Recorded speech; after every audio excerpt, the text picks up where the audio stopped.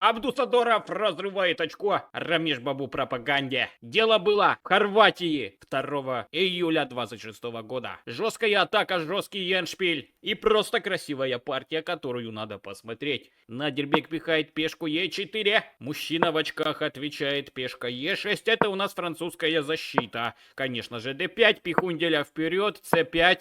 И c3. Это у нас называется, ребята, продвинутый вариант атака Паульса на конь f3. Есть тут возможность после ферзь b6 слонину пододвинуть на поле d3, отдать пихунделя на d4 и обратно не брать, а просто уйти в рокировку. Если же черные продолжат свои пешкоедские вонючие дела, тогда конь c3. У черных как бы лишняя пешка, но полные дрова на королевском фланге. Белые развиты, черные недоразвиты. И может быть какой-то конь e7. Черные сразу же приступают к атаке ходом h4. И теперь при случае конь g6, ферзь e2 с угрозой двинуть h5. Так что рокировка здесь черного короля туфта. Поэтому можно идти на такой вариант, жертвовать пешку, но Надирбек играет слон e2, пешку не жертвует. Что-то знает.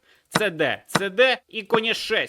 Можно эту конину, скотину вонючую, вырубить на поле а6, влупить ему по горбуху, а потом, чтобы сдвоить пешкой, но тогда линия же открывается неприятно. Слон d3 пошел сюда, хорошо, конь f5 и правильно делает Надирбек, что выносит этого неприятного коня, так как после взятия на пешке f5 можно сыграть конь c3, как было в партии, нападать на пешку d5, она слабая, хуевая. Слон e6.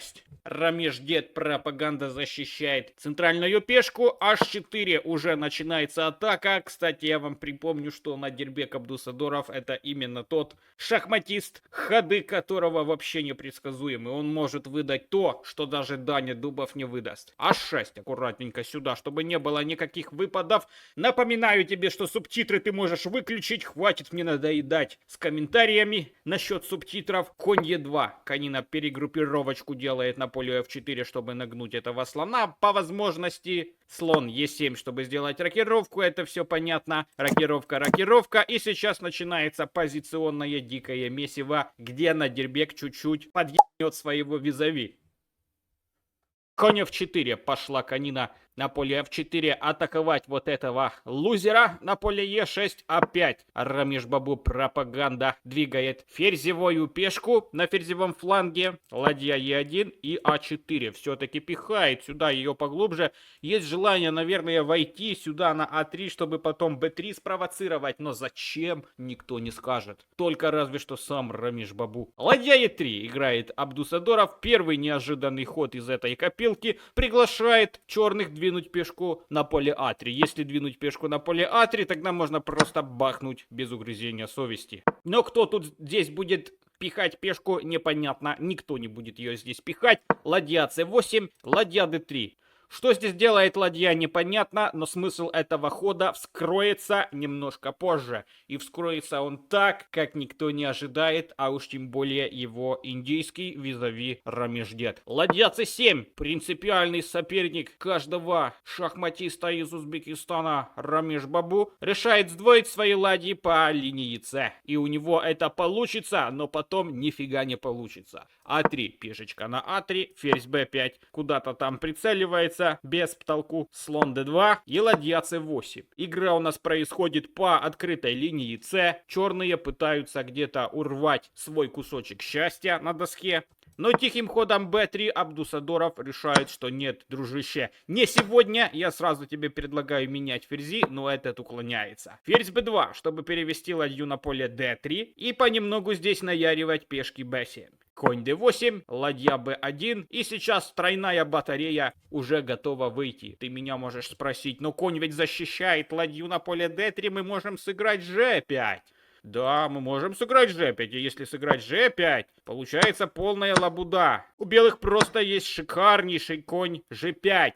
Ходила. И если теперь забрать этого коня, получается ладья g3. И ладья, которая подвисала, теперь вяжет вот этого слона. Прикол, ладья d3. Смысл этого хода. Глубокий вариант, который не так уж и очевиден.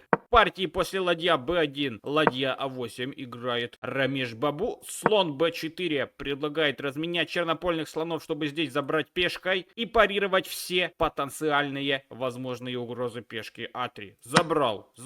Конь c6, горде, ферзе и ферзь b6. Давай тут хотя бы поменяемся, если ты не захотел на b3 меняться. Давай поменяемся на b6, я тебе сюда ладью засуну. Ферзь b6, ладья b6, ладья a4. Противный соперник черными фигурами пытается как-то задавить пешку на поле d4, но не все так хорошо. H5 задодвигаем, полностью забираем пространство на королевском фланге. Эти пешки, конечно, могут двигаться, но могут двигаться с вопросами. Если двинуть пешку g6, забрал, слон подвисает на поле e6. Король f8 пошел, батя, в атаку. Ведь в эндшпиле король одна из самых солидных фигур, пока мат не получит. g3 укрепляем коня на f4, король пошел, ладья b5. Пошел ладейка на d7, король f1. Белый батя также подтягивается к вечеринке, ведь какая вечеринка без бати? Король d8 идет, черный король, чтобы стать на c7, защищать пешку, освободить ладью от этой непыльной работы. Ладья может делать что-то более серьезное. Король попер на поле Е2, король С8, ладья С3. Связываем коня. На d4, понятно, никто пока что не берет. Король d8 убегает из-под связки. Король d3 подтянулся и теперь караулит важную центральную пешку, что также позволяет освободить своего ферзя с поля c3, послать его на поле b3. Конь А5, чтобы не было никаких приколов. И вот здесь у Надирбека есть шикарный ход. Конь Е1, но он не совсем очевидный. Логика этого хода в том, чтобы просто как-то потом защитить пешку на поле А3. Ведь конина на С4 может напасть на пешку А3 и как-то надо защищать. Но после хода конь Е5 Надирбек играет конь d2. Решил защитить пешку А3 ходом конь Б1, оставив коня на F4 в покое. Но следует ладья c7. Этот мужчина в очках не наблюдает возможности что-то сделать. Лучшим ходом в этой позиции является взятие пешки на поле d5. Выиграли пешку, и после слон d5 слона мы берем с шахами. Если король c8, тогда просто конь b3. И если сейчас брать пешку или ладью, как бы похую, все равно преимущество у белых, и здесь все подсчеты в пользу белых. Можешь проверить эту позицию, поставить на паузу, посмотреть сам для себя. На доске можешь расставить, можешь на ческом пойти посмотреть. Ну и лайк, подписку этому видео обязательно ты должен оформить, если тебе нравится. Не забывай лайкать и делать подписку. Вам ничего, мне приятно. Но в партии сопернички немножко подвыпускают, ошибаются, забирает Абдусадоров на c7, здесь на c7 тоже забрал, и конь b1 защитил пешку. Нас ожидает свистопляска на ферзевом фланге, но очень интересная. Конь c6, конь d5. Наконец-то Абдусадоров решил бахнуть пешку. Слон d5, король d5 и король c8.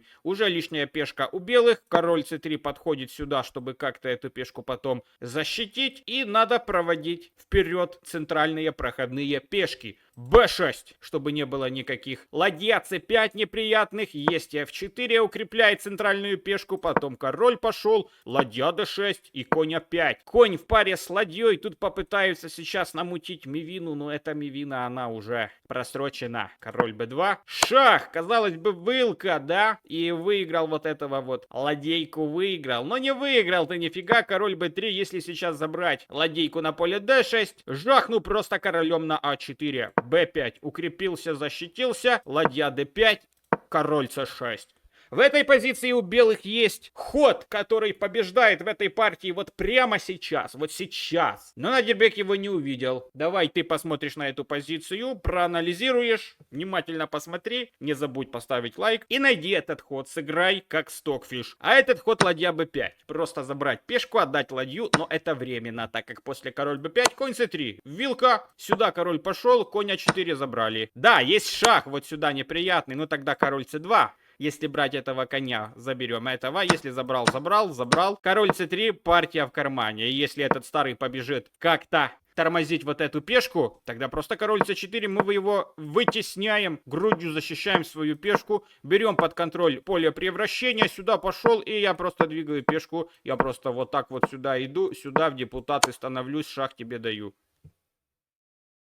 Поэтому ладья b5 выигрывала сразу, но Надирбек не ищет хороших легких путей. Ладья c5 на тебе сначала, и внимание, король b6, ладья b5 работает до сих пор. Ну да ладно, зачем нам это? Да мы и так побеждаем. Ладья c8 Надирбек игнорирует возможность взять пешку на b5. Скорее всего, цейтнот. Я уверен, что эти ходы гроссы подымают легко. Шах конем, король c3 отдает пешку, но ладью потом прикарманит. Конь c4, решающая ошибка в этой партии, которая позволяет Надирбеку пихнуть свою пешку на поле d5. Шах c6 сюда пошел и конь d2. Не надо менять пока этих коней. Конь на a3 слабый, никудышний. Пешку b4 мы можем принять конем, отдать коня за вот эту вот ненужную пешку. b4 вперед пошел, король b3 и ладья a5. Немножко вот здесь пешки. Есть угроза, ладья d6, конь b5, ладья d7 шах. И посыпался седьмой ряд индийского шахматиста в очках. Король c8 забрал шах, король c4. Партия закончилась. Почему же сдался Рамиш Бабу пропаганда? А потому как нефиг делать. Если коня спасать, играть сюда, тогда просто